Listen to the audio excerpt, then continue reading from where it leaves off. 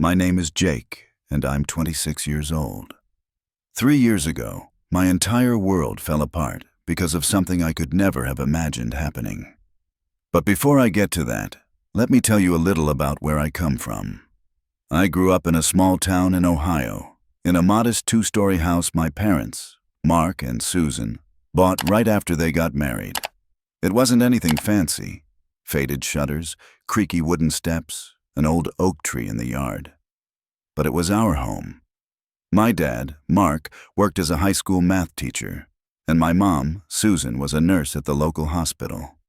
We were far from wealthy, but my parents always made sure Olivia, my older sister, and I had everything we needed.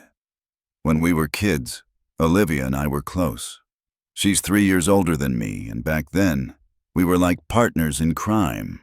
We'd spend hours in our backyard, climbing that old oak tree and inventing elaborate games full of missions, villains, and secret codes. Olivia always insisted on being the leader, coming up with rules and storylines, and I was happy to follow along.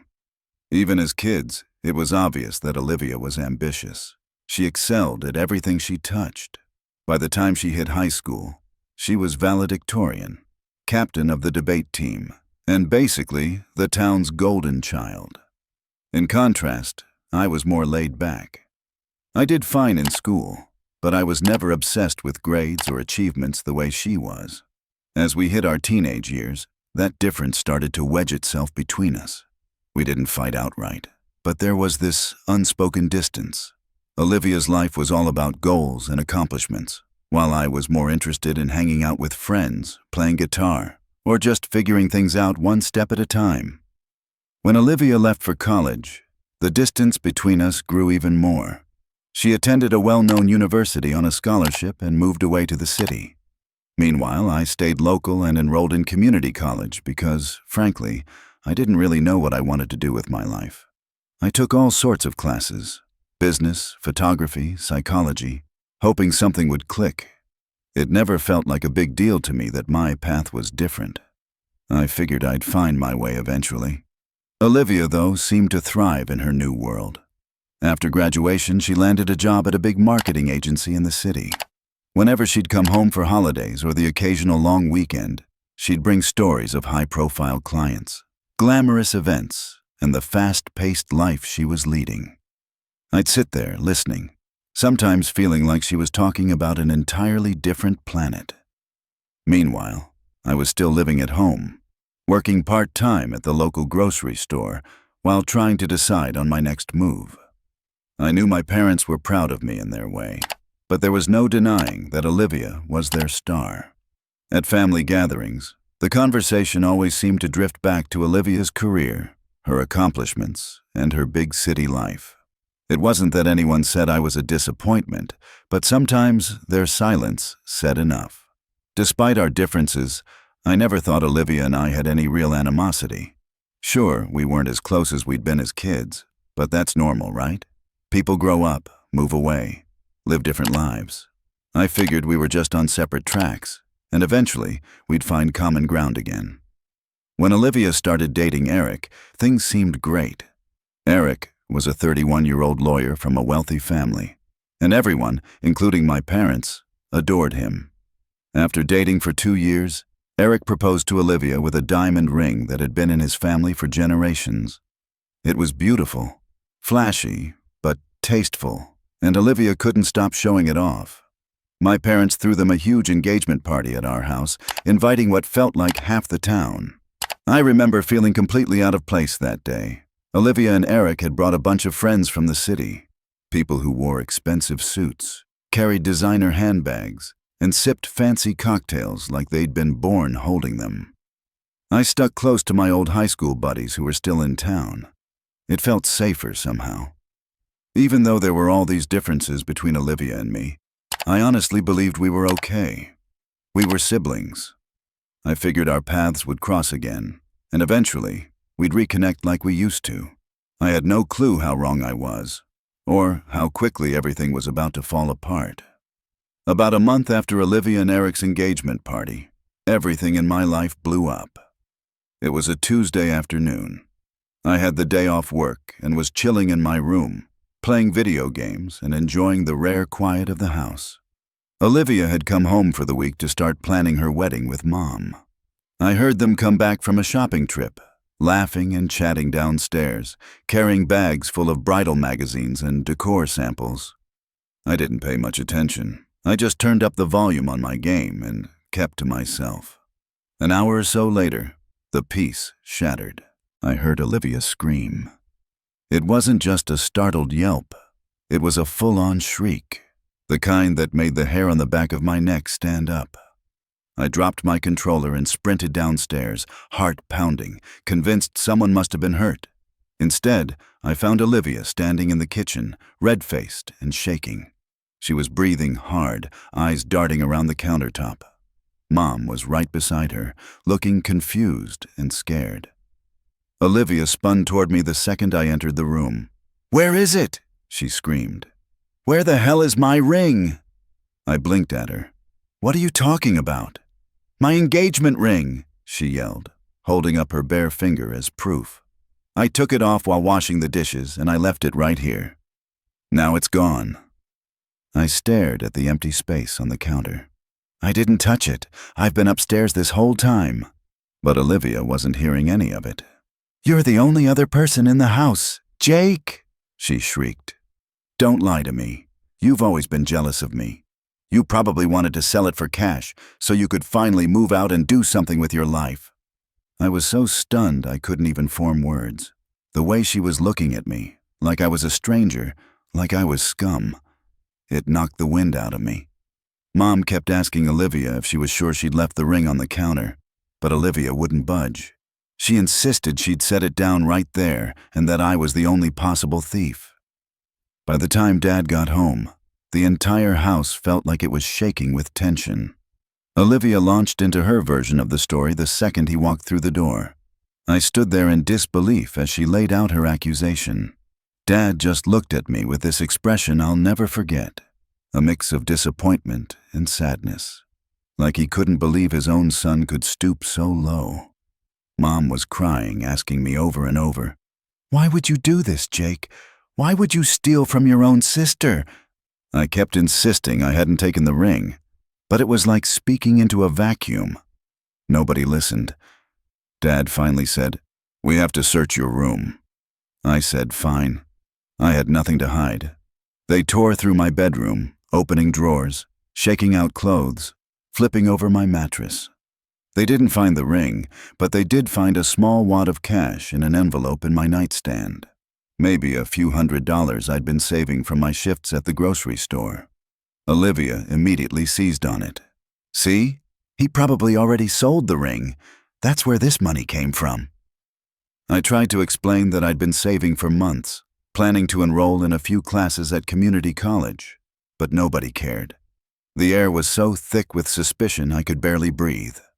The next few days were a nightmare. Olivia and my parents kept pressing me to confess. They said if I just returned the ring, they'd forgive me. Otherwise, they'd go to the police. The thought of getting arrested for something I hadn't done terrified me. But no matter how many times I said I was innocent, it didn't matter. My family looked at me like a criminal. I tried calling a couple of my old high school friends for support, but most had moved away. The few who were still around wanted nothing to do with family drama. I'd never felt more alone in my entire life. One evening, Dad and Mom sat me down at the kitchen table. Their faces were drawn, their eyes red. Dad said, "We can't keep living like this, Jake. We can't have you here if we can't trust you." Mom was sobbing, her hands trembling as she wiped her eyes. "We love you, but you've left us no choice." They gave me 2 days to pack my things and leave. I felt like the floor had dropped out from under me. I was being kicked out of the only home I'd ever known for a crime I didn't commit. My head spun with questions. How could they believe Olivia so quickly? Why didn't they even consider that it could have been lost or misplaced? I packed up my clothes, some books, my laptop, and a few small keepsakes from better days. As I was stuffing the last of my things into a battered duffel bag, I looked up and saw Olivia watching me from her bedroom window. For a second, I thought I saw something in her eyes, regret, maybe, doubt.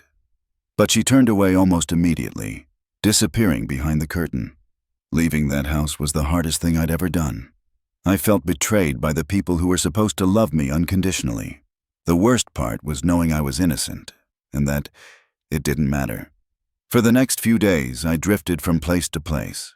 My best friend Chris, who'd just come back from serving in the army, offered me his couch for a while. But his apartment was tiny, and I knew I couldn't impose for too long. Every night, I lay awake replaying everything in my head. Olivia's screaming face, Dad's look of disappointment, Mom's tears. I kept asking myself, how could they all turn on me so quickly? How could my own sister, who knew me better than anyone, believe I'd steal from her? I had no answers. All I knew was that I was alone, and I had to figure out how to survive on my own. Leaving home felt like stepping off a cliff. One moment, I was someone's son and brother, living under a roof I'd known my whole life. The next, I was basically homeless, with nothing but a duffel bag, a backpack, and nowhere permanent to go. I crashed on Chris's couch for the first couple of weeks. Chris was the only person who didn't look at me like I was some kind of criminal. He'd just gotten out of the army and moved back into town. His place was tiny, a one-bedroom apartment above a laundromat that always smelled like detergent and stale coffee. But he didn't hesitate to let me stay. Still, I knew I couldn't be there forever.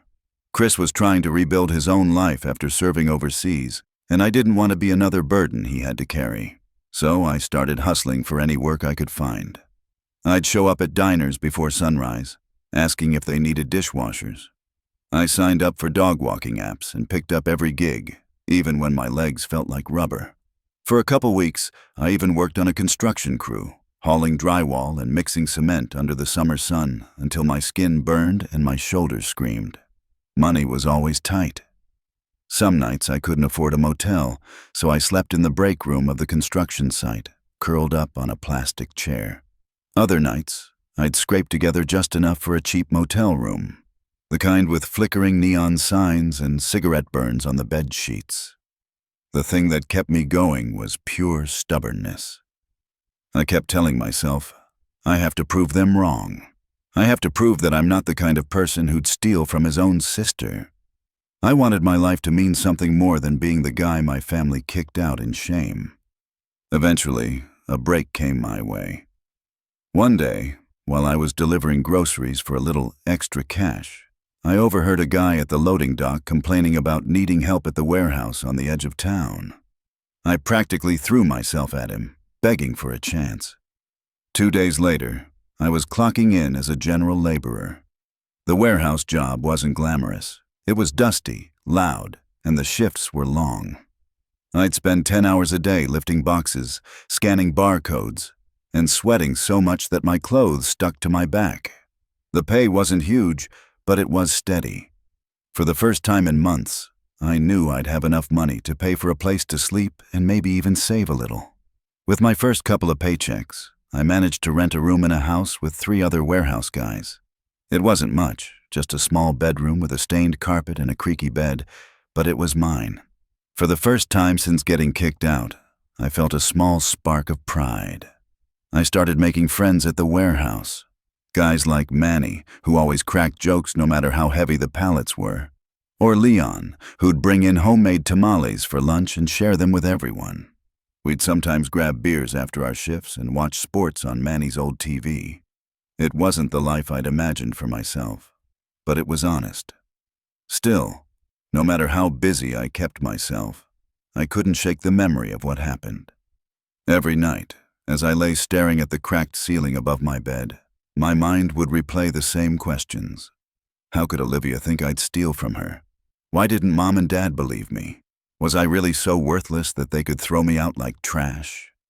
The anger and sadness sat like a weight on my chest. Sometimes I'd find myself blinking back tears in the middle of my shift, especially when I saw families shopping together at the grocery store, laughing over groceries or holiday decorations. Holidays were the worst. Thanksgiving, Christmas, Easter. All those days that used to mean big family meals and laughter now felt like knives twisting in my gut. I'd see other families buying turkeys or carrying trees home strapped to the roof of their cars, and it was like looking at another life, one I didn't belong to anymore. My parents tried reaching out at first. Mom left voicemails, crying and begging me to come home and make things right. Dad sent a few short texts saying we needed to talk, but I couldn't do it. I ignored every message. I didn't know how to trust people who turned on me so fast. Once Olivia even showed up at the warehouse. My boss told me there was a woman waiting outside. I took one look through the glass door and shook my head. I couldn't face her, not after what she'd done. As the months turned into years, I focused on building my own life. Work at the warehouse got easier. My boss started trusting me with more responsibilities, running inventory, helping train new hires. Eventually, I was promoted to shift supervisor. It wasn't a huge title, but it meant a raise and the feeling that I was moving forward instead of stuck in place. I also enrolled in online classes, studying business management. It felt good to exercise my brain again, to imagine a future where I might do something more than just lift boxes for the rest of my life. I'd like to say I moved on completely, but the truth is, the wound never healed all the way. I missed my family, no matter how angry I was. Sometimes a memory would hit me out of nowhere. Mom singing while she made dinner. Dad and me building shelves in the garage. Olivia and me racing our bikes down the street, and it felt like I'd been punched in the chest. But as painful as it was, I refused to go crawling back. I'd built something for myself piece by piece, and I wasn't going to let them tear it down again.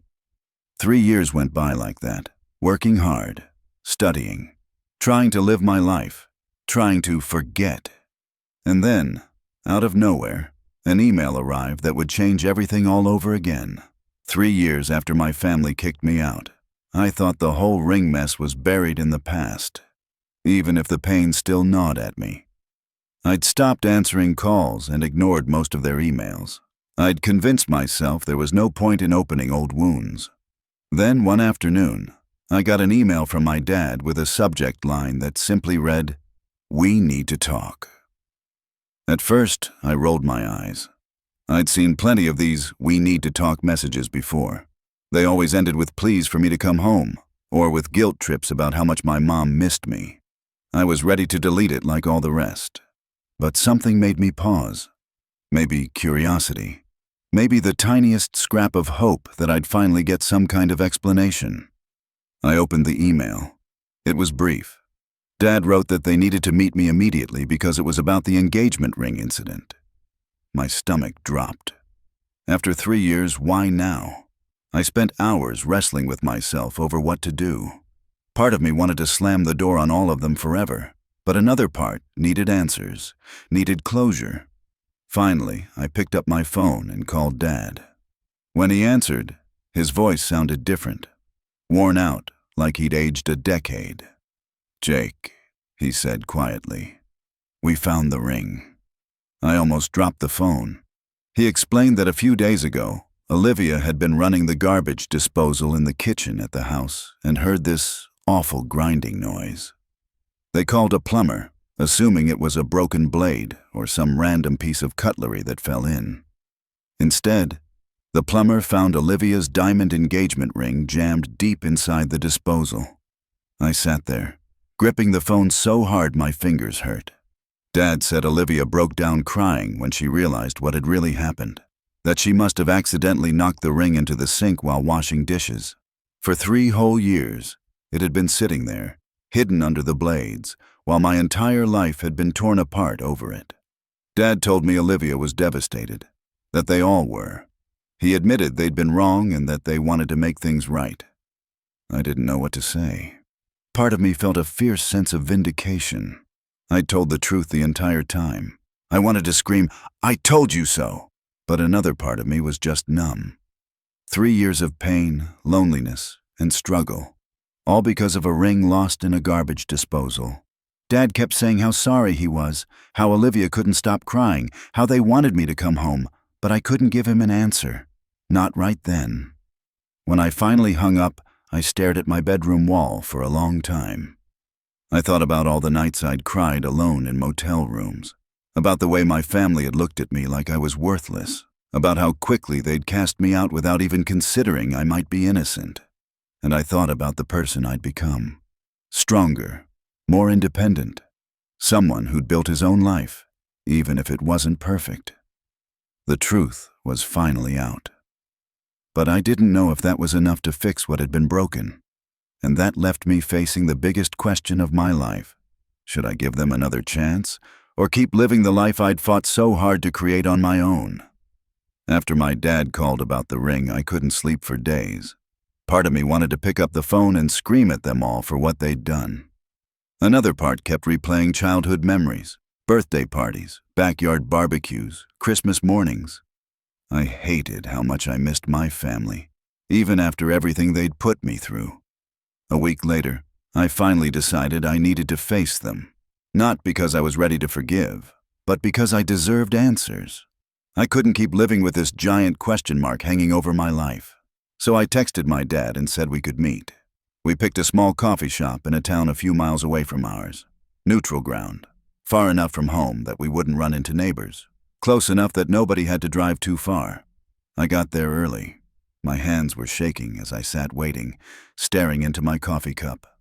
When they finally walked in, Mom, Dad, and Olivia, it was like getting punched in the stomach. Mom started crying the instant she saw me. She looked older, with more gray in her hair and lines on her face I didn't remember.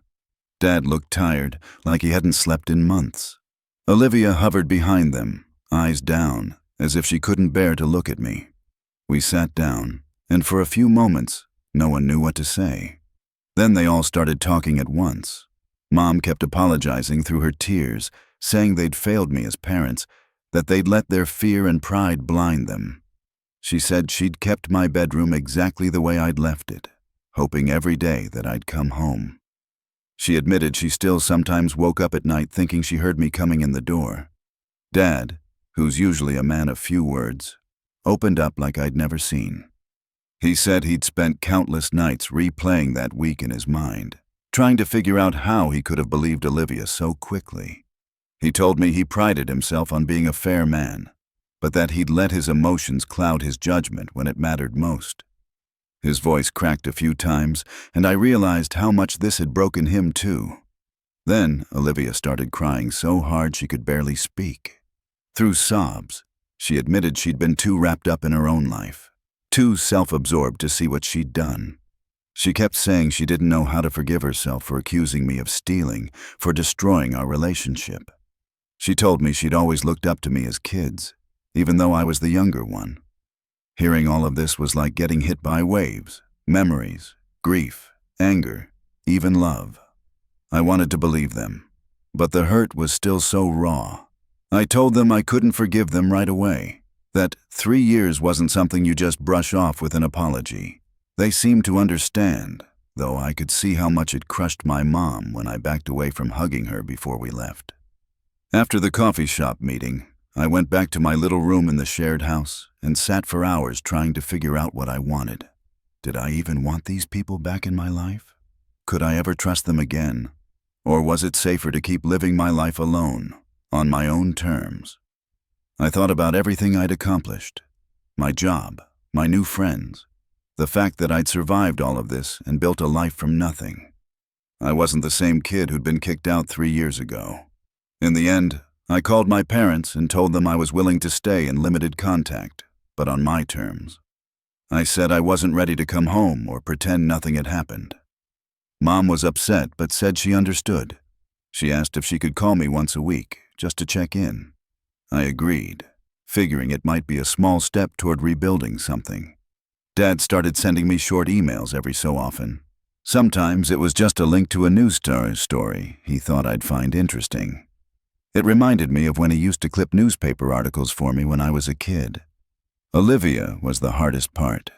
She sent me long, emotional texts, begging for a chance to talk, to explain herself, to make things right. But I couldn't do it. I told her I needed more time and space. She was devastated, but she said she'd wait until I was ready. Around this time, I finally decided to try therapy. Several people online had suggested it, and deep down, I knew I needed help processing all the anger and grief. I found a therapist who specialized in family trauma. It was terrifying, walking into that first session. I'd never opened up to a stranger about my deepest wounds before, but it turned out to be one of the best decisions I've ever made. In therapy, I realized the ring incident wasn't just about the ring. It brought up years of feeling like I'd never measured up to Olivia. Years of quietly carrying resentment and insecurity. My therapist helped me see that while the ring was the spark, the fire had been burning long before.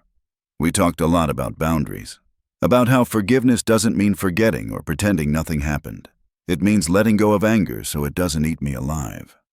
The holidays were tough that first year after reconnecting. I skipped Thanksgiving and Christmas because it still felt too raw. But my parents respected my decision, and that made me feel like maybe, slowly, things could heal. Meanwhile, work kept me grounded. I poured myself into my job and earned another small promotion, shift supervisor in charge of inventory management. It wasn't glamorous, but it was mine, and it felt good to be recognized for my efforts. Chris, my friend, became an even bigger part of my life through all this. He was the one person who never judged me, never doubted me. He even offered to come with me if I ever wanted to meet the family again for support.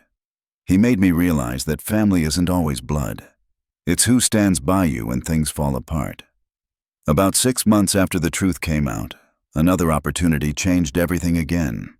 A logistics company in another city offered me a management role. It paid better, had benefits, and was a huge step forward in my career. I talked it through with my therapist, worried about how leaving town might affect the fragile progress I'd made with my family. But we both agreed it was the right move. When I told my parents, Mom cried, saying she'd hoped we'd have more time to rebuild before I left. Dad was stoic, but I could tell he was disappointed too. Olivia took it the hardest. She showed up at my apartment unannounced, begging me not to go. She said she felt like she was losing me all over again. It was one of the hardest conversations of my life, but I stood my ground. I told her I had to do this for myself, and that we weren't in a place where her feelings could dictate my choices. We've had a few family dinners in recent months.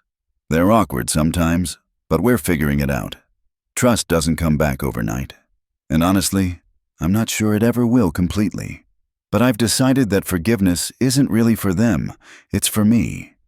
Carrying around bitterness was like a weight chained to my ankles. I'm trying to let it go. Not because I think they deserve it, but because I deserve peace. As I pack my things for the move, I look back and realize how far I've come. 3 years ago, I thought my life was over. But I survived. I learned how strong I am. I discovered who my true friends are, and I've built a life for myself, piece by piece. I don't know what the future holds for me and my family. We plan to stay in touch, with calls and maybe holiday visits. Maybe over time we'll rebuild something new. But no matter what happens, I know one thing for sure. I'll be okay. Because I'm finally living life on my own terms, and I'll never let anyone take that away from me again.